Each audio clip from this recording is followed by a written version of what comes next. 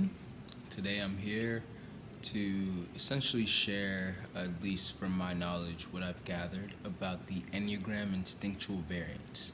So I've been learning a lot about Enneagram the past few months, and especially this past month after hanging out with Antonia and Joel of Personality Hacker. And throughout that time, um, they launched their newest program called the Enneagram Roadmap, and they've had pretty much a lot of programs, or a lot of like events circling around the Enneagram, such as like even a Twitter live chat in a way where they were tweeting and answering questions with Dr. Beatrice Chestnut, who's been studying the Enneagram for over 30 years. And she's also the writer of the best Enneagram book, in my personal opinion, The 27 Paths to Growth. And she has also been the playmaker, in a way, of the Enneagram Roadmap program. So I'm actually, still going through it because there's so much content to go through in that program. But pretty much as I've been absorbing all the material, and as I've been like speaking to people in my real life, and engaging with discussions online, I've been getting a better view of what the Enneagram is really composed of.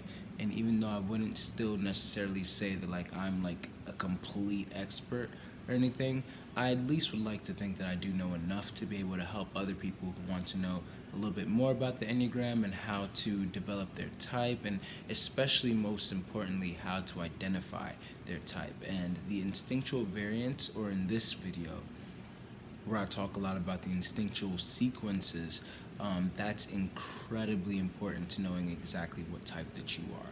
So for those of you who follow my channel, you probably already know that I have a video called A Brief But Not So Brief Introduction to the Enneagram. And the reason why it's brief but not so brief is because the Enneagram is a very complex system, because humans are very complex people. So I've already talked about a lot of the surface level stuff on there, and going a little bit past the surface. For those of you who are new to the Enneagram and want to know a little bit more about that, I highly recommend going and check out that video first. But in essence, the Enneagram is not necessarily your personality. It tells how your personality can come out, but I would say, for example, the Myers-Briggs is more of your personality, while the Enneagram is more of your nurture, because it's focused on your core fears and motivations. So, like I said, I speak more about that in the intro video, and I kind of like give you guys a little head start on how to understand your Enneagram type. But then on top of that, I also have two videos called My Enneagram Journey, Part 1 and Part 2, where I'm talking about my journey from believing that I was a 2 to believing that I was a 3, then even a little bit 3 self-preservation, to now landing on the type as a social 9. And that has also pushed my interest more in Enneagram, like exponentially, and even pushed me into making this video a little bit more.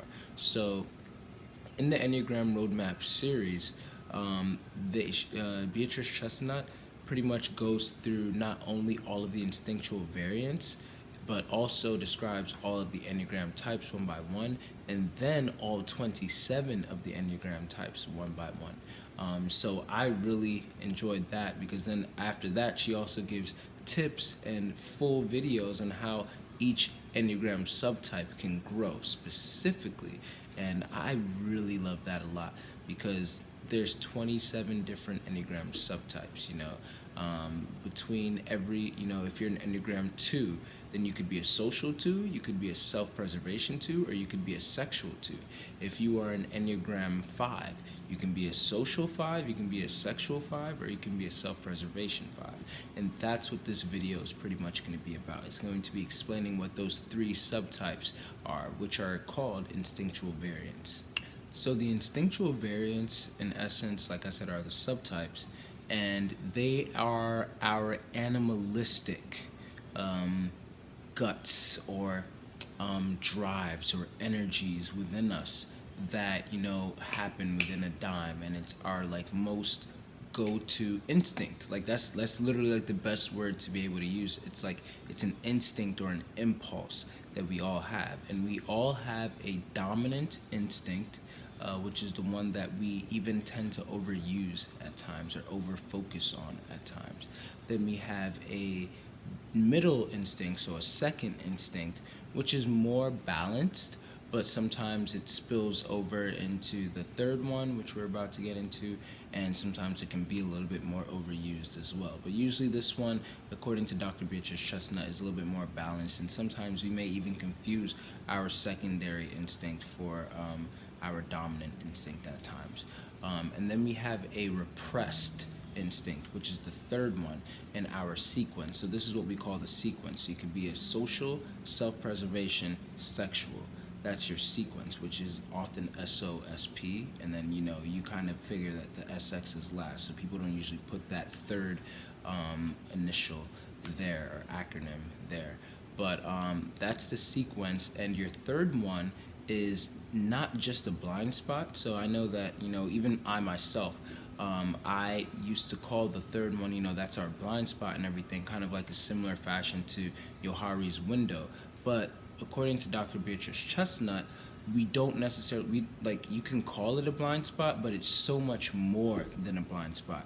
Our repressed instinct is actually the part of us that we are actively forcing out of our self-awareness. We are actively trying to repress. We are actively pushing it down. It's not that we are unaware of it. It's that we have this subconscious push against it. And so I found that to be very interesting because, then when you're choosing words carefully, there's a difference between being blind to something and then just actively pushing it away. And so that's why we refer to the third instinctual variant as our repressed instinctual variant. So instead of saying, for example, that you are self-preservation blind, such as myself, I'd say that I'm self-preservation repressed. And the reason why is because I'm social first, I'm a 9, and so I'm a 9 social, and then sexual second, and then self-preservation third. So that's how the sequences work. Now, what exactly are all of these things? What exactly do these things mean? Well, like I said, so we get these from animals in a way, or it's the animal part of us, because humans are animals, just, the most intelligent species of animals in a way. You guys get what I mean. We have a likeness to animals around us. And so these three variants describe our animalistic parts of us. So when we talk about self-preservation instinct, for example, that one can be described as, always feeling as like you're in danger or under attack. I think of squirrels, groundhogs, rabbits that are aware, always super aware, and you can't really attack them because they're very aware of their surroundings, and they always they're quick to dart off. They're always trying to protect themselves. They're very careful and observant. The squirrels and even maybe bears who they hibernate, so they have to store things for themselves. They're self-preserving, so they're looking out for themselves in a way. And this is not to be confused with FI, although in my personal opinion and experience, I've seen that FI in the Myers-Briggs system with the cognitive functions, introverted feeling or authenticity, when it's with self-preservation dominance, then this could, or even just self-preservation, either dominant or secondary, then it could come out in a very interesting flavor. But it's not necessarily saying that every self-preservation is not equal to FI. There's a lot of self-preservation FE users out there as well. But self-preservation is, usually about catering to oneself, and it's about, in a way, that once again, that instinct on always feeling like you're under danger. And some of the notes that I even have down is trying to make sure that they have enough to be able to survive. So once again, going back to that animal part of us, when you see when you see these animals, then they're trying to make sure that they have stored enough food, or that they are aware of their surroundings. They're trying to preserve their life. And self-preservation dominance, that's usually how they are. They are very, they can be conservative and, kind of preserve themselves in that way. But again, and this is another big flavor that I wanted to throw in there, there are several different types. There's a 27, but then going back to the sequences, you can have, for example, a self-preservation dominant who's social second or sexual second. So you might have a 4 self-preservation, such as Jamila, but then she's social second. So then she might even look different from a 4 self-preservation who's sexual second. They might both be even ISFP, but they might still come out a little bit differently. So then that brings a little bit more nuance again to the Enneagram and to the person, because now you have somebody who's the same MBTI type, the same Myers-Briggs type, the same Enneagram type, the same dominant instinctual variant, but then that secondary instinctual variant adds a new kick to it. And of course, there's a whole bunch of other things that play into the part, such as like ethnicity and upbringing, all of that kind of jazz. But essentially, that's kind of like what self-preservation boils down to. And once again, Dr. Beatrice Chestnut goes way deeper into all of this, but that's just like the gist of like how it is. So the dark side of the self-preservation is that they can be easily seen as like selfish, because they're trying to cater to themselves a lot of times. They're trying to tend to themselves a lot, and so a lot of times, one thing that Dr. Beatrice Chestnut said they can learn to do more is to learn to be more assistive and essentially selfless. Sometimes they're even told to give things away, and when it's repressed in people. So now we're going to be talking about when it's self-preservation, the third blind spot. Then these are the people who kind of like do like the opposite. They place themselves in danger and not tending to the body. They can kind of be like reckless, either consciously or unconsciously. It's almost like they have this underlying feeling of like, oh, my life is not really worth much. And so they kind of like don't even, like Dr. Beatrice Chestnut said, that they may not even like look both ways before crossing a street, or they're just kind of like, reckless with their lives. But again, I want to also emphasize that Dr. Beatrice Chestnut said these instinctual variants should not be disembodied from the type, because even though this is a video about all of the instinctual variants in a disembodied view, a more general view, she cannot emphasize even more enough that you have to connect it with the type, because this is general overview, but then when you get into like specific types, then they might not fit in with the exact instinctual variant. So a self-preservation 4, for example, might also still act like a self-preservation repressed person, because they might put themselves in danger in certain ways, and they may not live to the stereotypical self-preservation general overview. So it's more important in those cases to know which Enneagram type that you are and look at the descriptions of that specific Enneagram type, instead of like trying to figure out which instinctual variant you are first. Lastly, so like I said, some of the coaching for the self-preservations is to usually give something away, and often helping them find out, I guess the way that I see it is like that one question that goes around in a lot of colored people communities. Okay, but did you die? Which is pretty much like you have more than enough. Did you die? No, you survived. So usually you get that extra blanket. Usually you get that extra blanket. Usually you get that extra money or whatever. But this time you didn't, and you were freaking out. But guess what? You made it. So you don't always have to overcompensate to protect yourself in a way. So yeah, that's pretty much what the self-preservation instinct is made up of when it's dominant, and then when it's also repressed.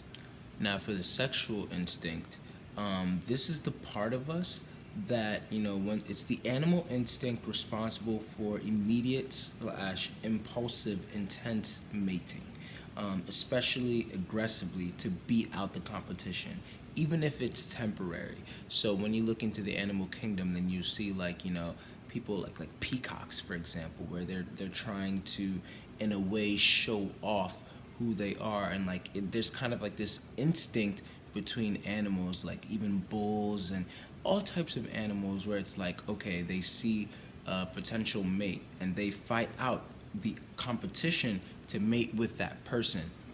It's almost like that impulse, like, I have to do this now, I have to have that connection now, and it's very aggressive at times. However, once again, you don't want to disembody it, because if you run into, for example, a sexual 5 or a sexual 9, they might still have a little aggressiveness in them, but it's not nearly as aggressive as other sexual types could be.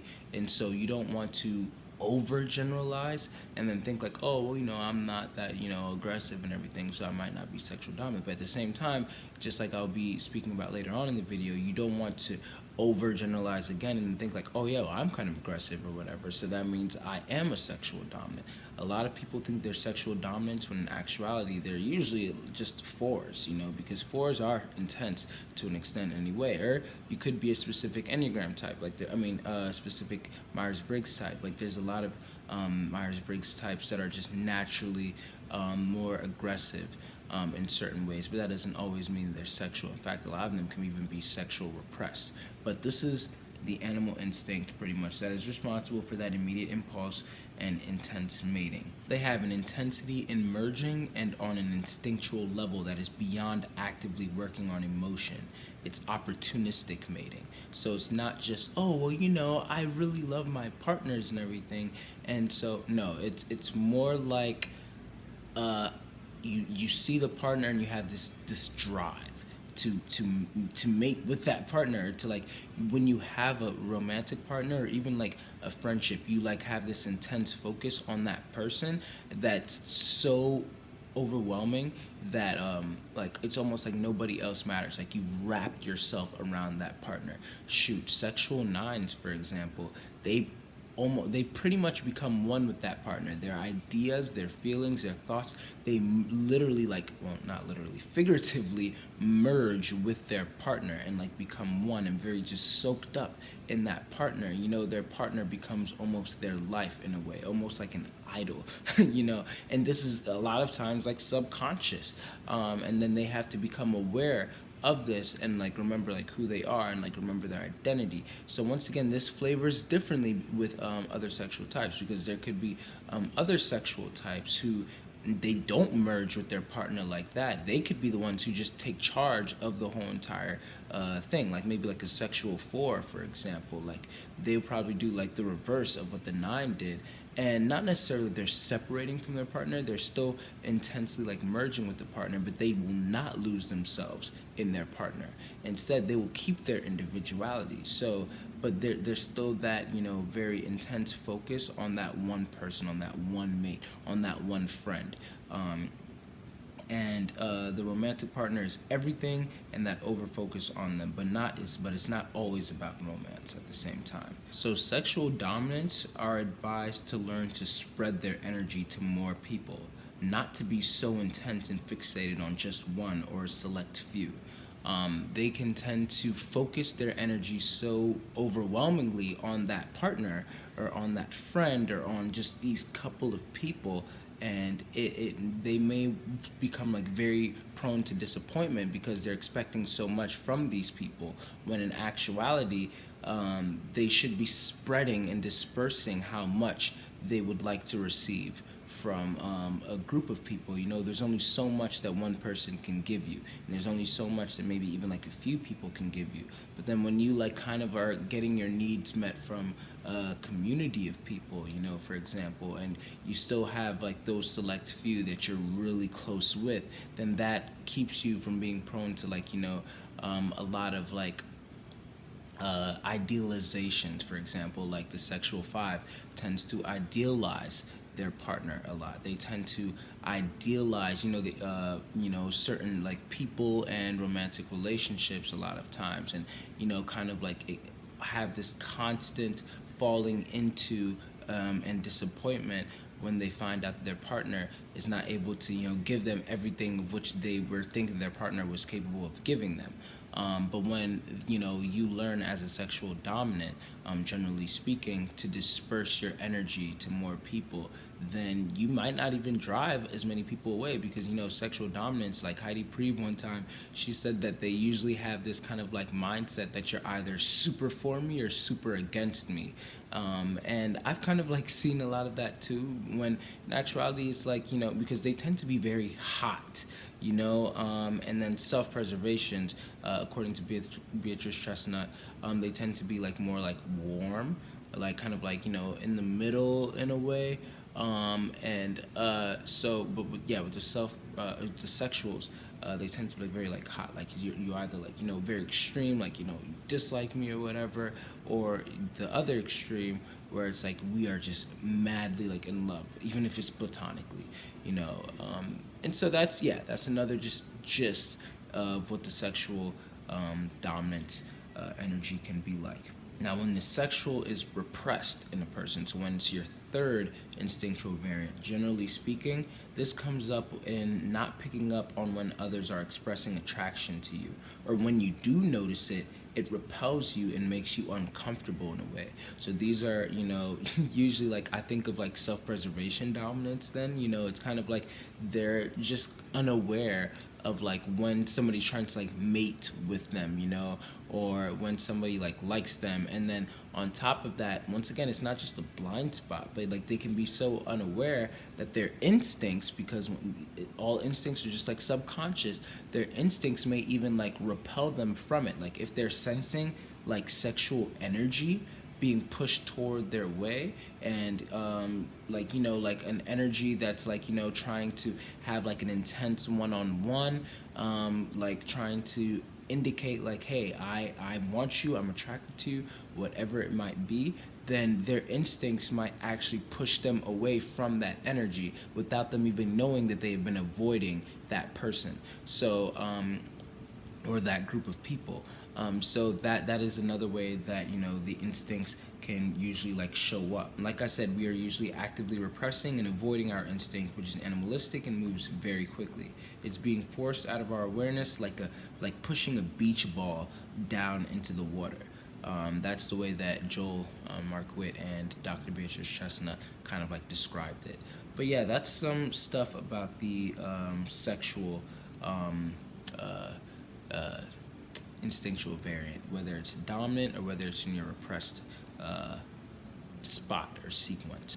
And then lastly, the social instinctual variant, when it's a dominant function, then in essence, the social instinctual variant is more about your relationship to the group or your position in the group, but it doesn't necessarily mean your involvement in the group. Because, for example, leaders are not necessarily like involved in the group, but their relationship to the group, or like the kind of like even almost that hierarchy in the group. So it doesn't always mean your involvement in the group or even liking to be in the group, but it's that focus on your relationship to the group and that awareness of where you stand in a group and who you are in a group. And this again is not to be confused with FE, because I almost didn't even believe in it before, but now I've been seeing like how like you can be an FE user, where FE or extroverted feeling harmony, which is the Myers-Briggs cognitive function. Their cognitive function that's either dominant or auxiliary for FJs, which I describe it as like, in a way, knowing the exact buttons to push in the exact order to get emotional reaction from an individual or from a group of people, and also like being aware of like people's feelings and like catering to their needs, and trying to create harmony in that sense. So you can be an FJ, you can have FE in your cognitive function stack, even as a strength, as like your first or second function. But then if you are social repressed, then you may be using FE, but then you may not necessarily always be aware of how, for example, like people are viewing you, or how your FE is affecting the group. So you still have that superpower of like affecting the group, but you may not be aware of just how much of an effect you're making, whether it's good or whether it's bad. It's almost like, as Dr. Beatrice Chestnut said, it's a tone deafness to what's okay to say or share. unknowingly offending groups of people and not being aware of where you're positioned in a group, nor aware of how you're affecting the group.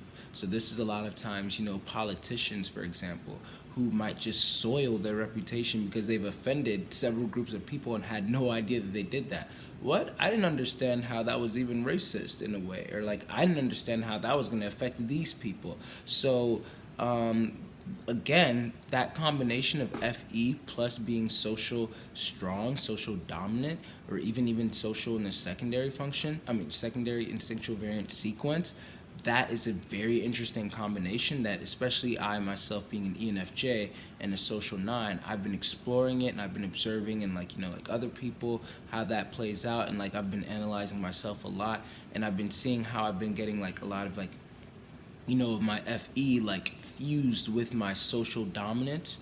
And so it's really like heightened a lot of things. But then it's also, kind of allowed me to, have a few weaknesses in other areas as well because I'm so strong in that sense. But that's for another video. They tend to be energetically promiscuous, as Beatrice Chestnut put it.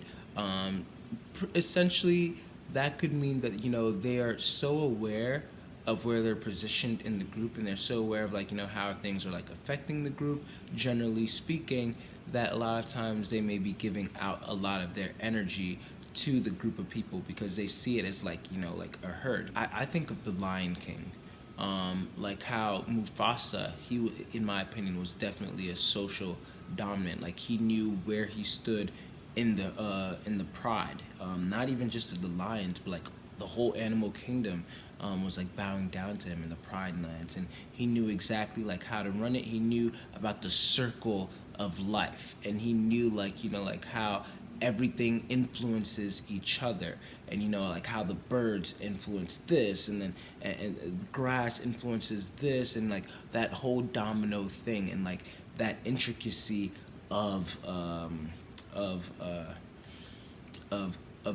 the animal kingdom in a way. And granted, once again, I believe that Mufasa was an ENFJ. I haven't seen the new Lion King yet as I'm making this video, but in the old Lion King, yeah, I believe that he was an ENFJ. And so that really heightened his awareness of not only how to influence everybody, but then also like where he stood in the kingdom. So yeah, this is all about, in a way, survival. And with the social, like I said, with the Mufasa, but also with their, like, they can be likened to like a herd maybe, or birds, like a flock of birds, and how they all know like how to migrate, and like they have this instinct on how to move together, as a group.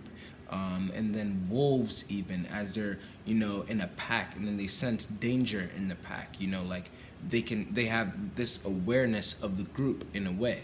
And so that's essentially like what social like when it's like very strong is.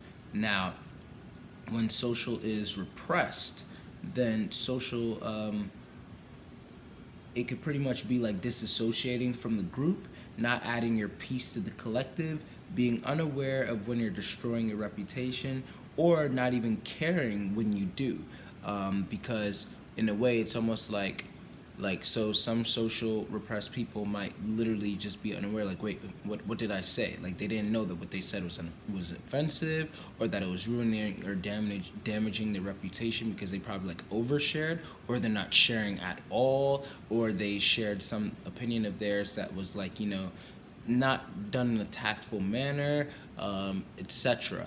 And a lot of these types, depending maybe even on their Myers-Briggs types, they probably won't even care. They probably even, they probably might even do it on purpose. You never know. But that's essentially like how it comes out when it's like repressed. And if sexuals tend to be hot and self-preservation tend to be warm, then Dr. Beatrice Chestnut said that the socials tend to be more cool, and as in like remote, removed, and almost like distant, which is very interesting to me, because you'd think that like, oh, they're the most easy to access, and the self-preservations are like maybe like the hardest ones to access. But in a sense, the socials are actually, once again, it's the relationship to the group. So a lot of times they're the leaders of the group, the leaders of the pack, and they're like higher up in that social ladder. So it's kind of like, trying to get to the top dog, trying to get through the whole group of people to the leader of the group of the people. And even if you are able to talk to the leader, you might not have like as close or intimate of a relationship with the leader, because they might see you as just like part of the herd until you get to that, maybe like that sexual instinctual variant side of them, and this is just my observation. So that piece, you can toy with it, but that's kind of like how I was understanding it from what Dr. Beatrice Chestnut was saying, that they're more cool, remote, removed, and distant, because they tend to be like the leaders of the group. They tend to like be higher up in the social ladder. A lot of them may do it consciously, such as like maybe like a social 8 or social 3, and then a lot of them tend to do it like very unconsciously. Like she spoke about how the social 9, they tend to become the leader of the group without even like aiming to be, but it's because they behind the 3, they're like the most workaholics, and they do so much for the group, and their thing is they merge with the group, and they try to like hide like how much they're doing for the group in a way, or like how tiring it possibly could be. And so once you're already doing so much for the group, then it's only a matter of time before you're like, people are like, hey, we think that you should be the president, because you've already been doing all the work the president should be doing anyway. So then you might have, once again, like another social, like maybe like the 3, who's like actively aware of like how all this is going, and then they want to be like the leader of the group, and they're like pushing to get there. And again, that's why it's so very important to not just know your instinctual variant, but to know how it is with the type, because Enneagram is so intricate in that manner.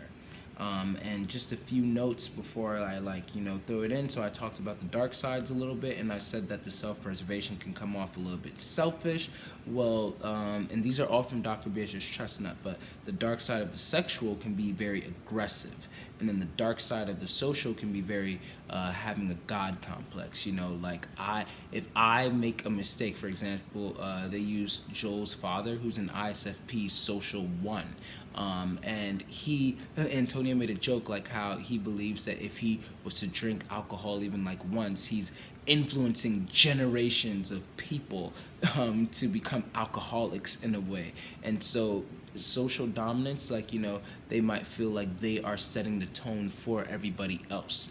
A lot of times, and once again, this is just generally speaking. So yeah, they might have like a God complex of like, this is how much influence I have, and they do have a lot of influence a lot of times, but it may not be as much influence as, for example, Joel's father might be under the impression of, with his influence on other people becoming alcoholics. So the last thing that I just wanted to point out is, again, emphasis on knowing your actual Enneagram type and not just going by the instinctual variant. So like, I know, for example, in Christian circles, instead of saying sexual variant, they now say 1-to-1.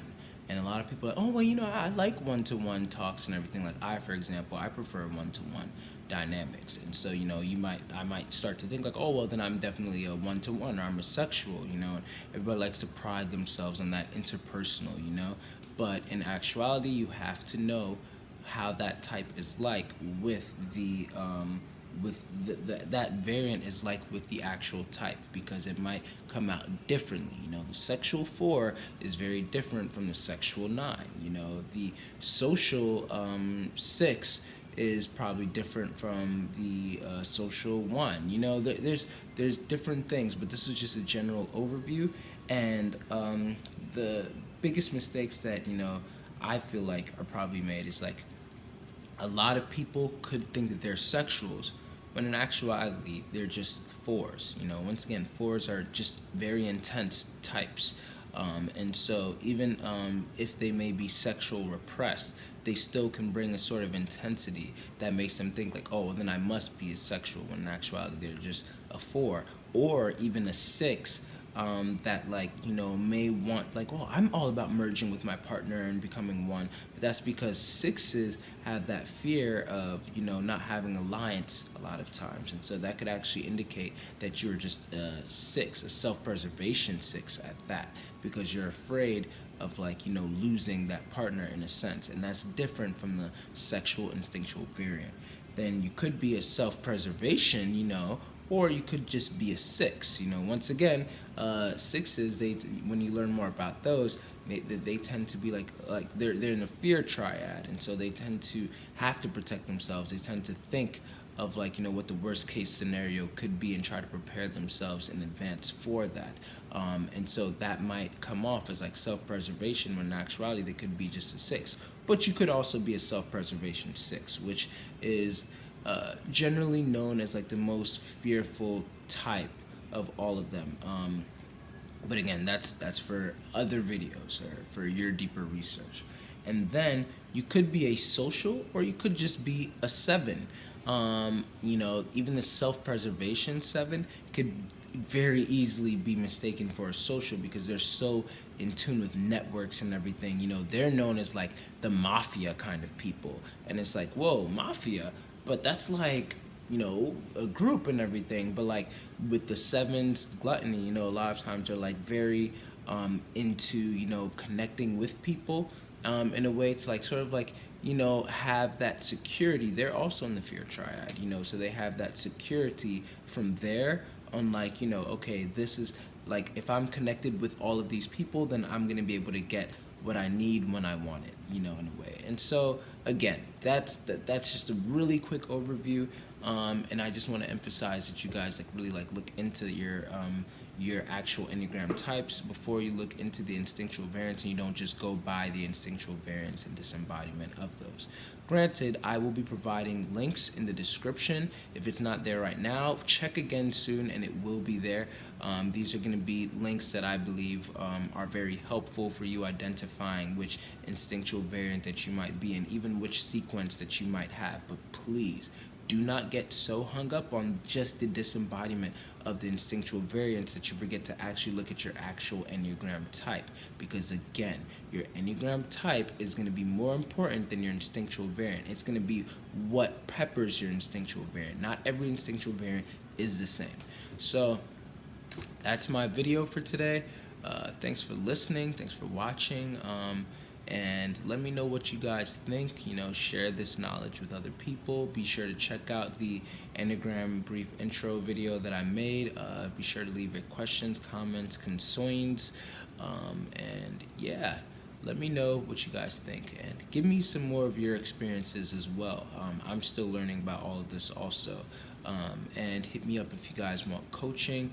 You can hit me up in the description. There's a link over there. You could also email me at dweezy2blessed@icloud.com, and then title it profiling session if you want to know which Enneagram / Myers-Briggs type that you are, or if you just want like actual coaching, if you want relationship coaching, whatever it might be, like, just hit me up. Even if you just want to talk and chat for an hour, we can do that too.